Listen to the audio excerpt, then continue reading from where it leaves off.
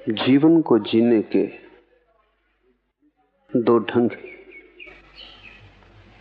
एक ढंग है संघर्ष का, एक ढंग है समर्पण का। संघर्ष का अर्थ है मेरी मर्जी समग्र की मर्जी से अलग है। समर्पण का अर्थ है मैं समग्र का एक अंग हूं, मेरी मर्जी के अलग होने का कोई सवाल नहीं। मैं अगर अलग हूं, संघर्ष स्वाभाविक है। मैं अगर इस विराट के साथ एक हूं, समर्पण स्वाभाविक है। संघर्ष लाएगा तनाव, अशांति, चिंता। समर्पण शून्यता, शांति, आनंद और अंततः परम ज्ञान। संघर्ष से बढ़ेगा अहंकार, समर्पण से मिटेगा। संसारी वही है जो संघर्ष कर रहा है, धार्मिक वही है जिसने संघर्ष छोड़ा और समर्पण किया। मंदिर, गुरुद्वारे, मस्जिद जाने से धर्म का कोई संबंध नहीं। अगर तुम्हारी वृत्ति संघर्ष की है, अगर तुम लड़ रहे हो परमात्मा से, अगर तुम अपनी इच्छा पूरी कराना चाहते हो, चाहे प्रार्थना से ही सही, पूजा से ही सही, अगर तुम्हारी अपनी कोई इच्छा है तो तुम अधार्मिक हो।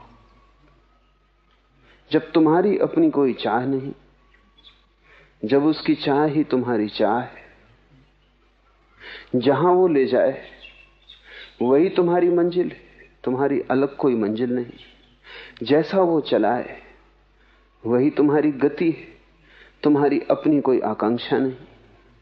तुम निर्णय लेते ही नहीं, तुम तैरते भी नहीं, तुम तिरते हो। आकाश में कभी देखें, चील बहुत ऊंचाई पर उठ जाती, फिर पंख भी नहीं हिलाती, फिर पंखों को फैला देती और हवा में तिरती।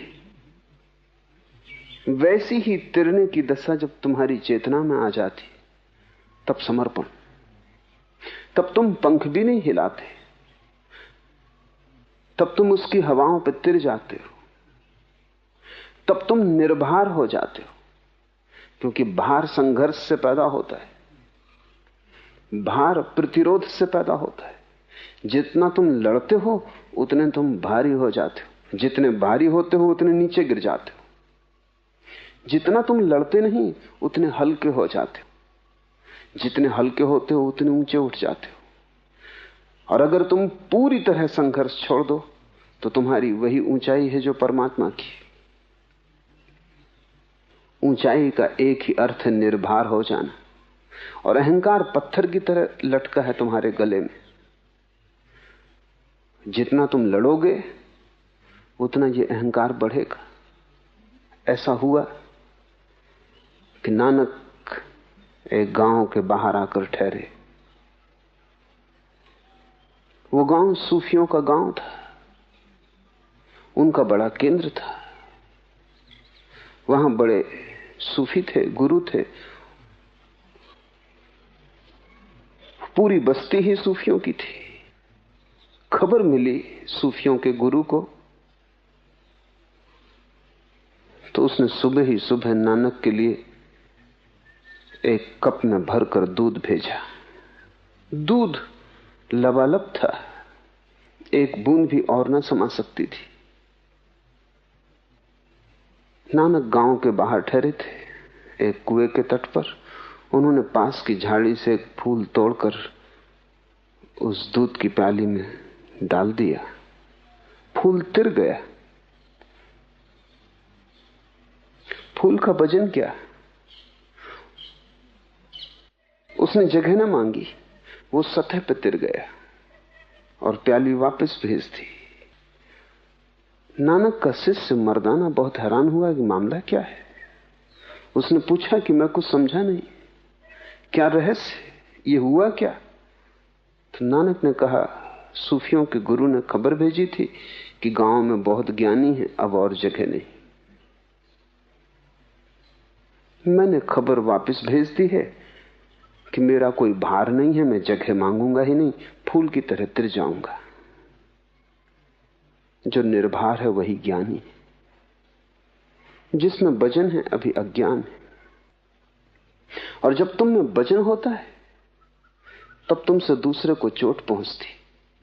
जब तुम निर्भर हो जाते हो तब तुम्हारे जीवन का ढंग ऐसा होता है कि उस ढंग से चोट पहुंचनी असंभव हो जाती। अहिंसा अपने आप फलती है, प्रेम अपने आप लगता है। कोई प्रेम को लगा नहीं सकता और न कोई करुणा को आरोपित कर सकता है। अगर तुम निर्भर हो जाओ तो ये सब घटनाएं अपने से घटती हैं, जिससे आदमी के पीछे छाया चलती है। ऐसे भारी आदमी के पीछे घृणा, हिंसा, वैमनस्य, क्रोध, हत्या चलती। हल्के मनुष्य के पीछे प्रेम, करुणा, दया, प्रार्थना अपने आप चलती। इसलिए मौलिक सवाल भीतर से अहंकार को गिरा देने का है। कैसे तुम गिराओगे अहंकार को? एक ही उपाय है।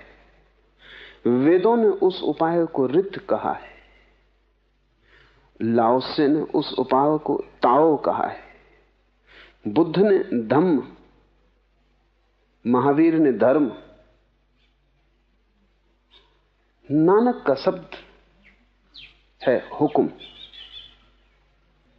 उसकी आज्ञा। उसकी आज्ञा से जो चलने लगा, जो अपनी तरफ से हिलता डुलता भी नहीं, जिसका अपना कोई भाव नहीं, कोई चाह नहीं, जो अपने को आरोपित नहीं करना चाहता, वो उसके हुक्म में आ गया। यही धार्मिक आदमी है। और जो उसके हुक्म में आ गया वो सब पा गया, कुछ पाने को बचता नहीं। क्योंकि उसके हुक्म को मानना उसके हृदय तक पहुंच जाने का द्वार है। अपने को ही मानना, उससे दूर हटते जाना है। अपने को मानना है कि तुमने परमात्मा की तरफ पीठ कर ली। उसकी आज्ञा को माना कि तुम्हारा मुख परमात्मा की तरफ हो गया। तुम सूरज की तरफ पीठ करके जीवन भर भागते रहो तो भी अंधेरे में रहोगे, और तुम सूरज की तरफ मुंह इसी क्षण कर लो तो जन्मों जन्मों का अंधेरा कट जाएगा। परमात्मा के सन्मुख होने का एक ही उपाय है, और वो ये है कि तुम अपनी मर्जी छोड़ दो। तुम तैरो मत, बहो, तुम तिरो, वो काफी है। तुम अकारण ही बोझ ले रहे हो, और तुम्हारी सफलताएं, असफलताएं तुम्हारे अहंकार के ही रोग है। और तुम्हारी हालत वैसी है जैसा मैंने सुना है कि एक रथ गुजर रहा था और एक मक्खी उसके पहिए की कील पर बैठी थी। बड़ी धूल उठती थी, रथ बड़ा था, 12 घोड़े जुड़े थे, बड़ा भयंकर आवाज, बड़ी धूल उठती थी। उस मक्खी ने आसपास देखा और कहा कि आज मैं बड़ी धूल उड़ा रही हूं।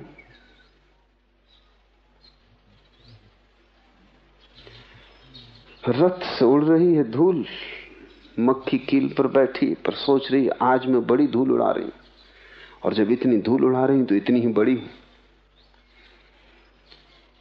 तुम सफल भी होते हो उसके ही कारण।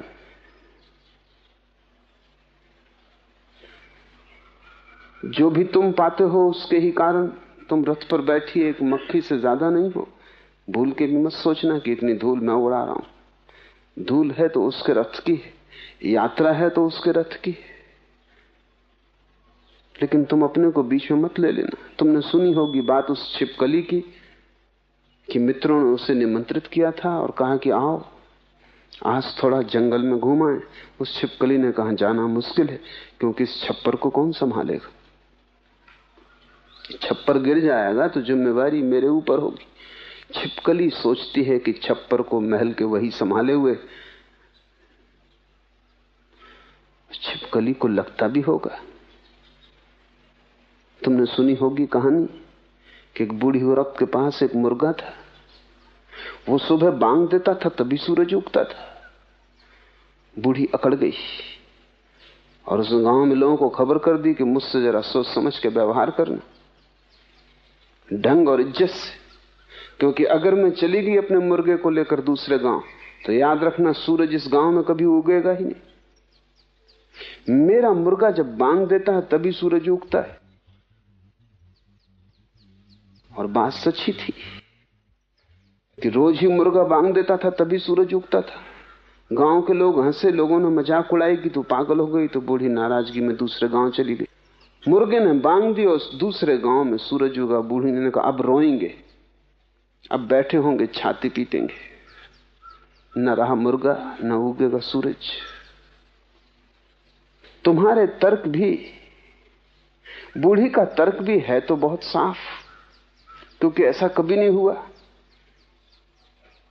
कि मुर्गे के बांग दिए बिना सूरज उगा हो। लेकिन बात बिल्कुल उल्टी है, सूरज उगता है इसलिए मुर्गा बांग देता है, बांग देने के कारण सूरज नहीं उगते।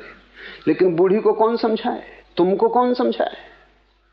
बूढ़ी दूसरे गांव चली गई और उसने देखा कि सूरज अब यहां उग रहा है, और जब यहां उग रहा है तो हर गांव में कैसे उगेगा? तुम अपनी छोटी बुद्धि से छोटे दायरे में सोचते हो। तुम्हारे कारण परमात्मा नहीं है, परमात्मा के कारण तुम हो। ये श्वास तुम्हारे कारण नहीं चल रही, उसके कारण चल रही है। प्रार्थना भी तुम नहीं करते हो, वही तुम्हारे भीतर प्रार्थना बनता है।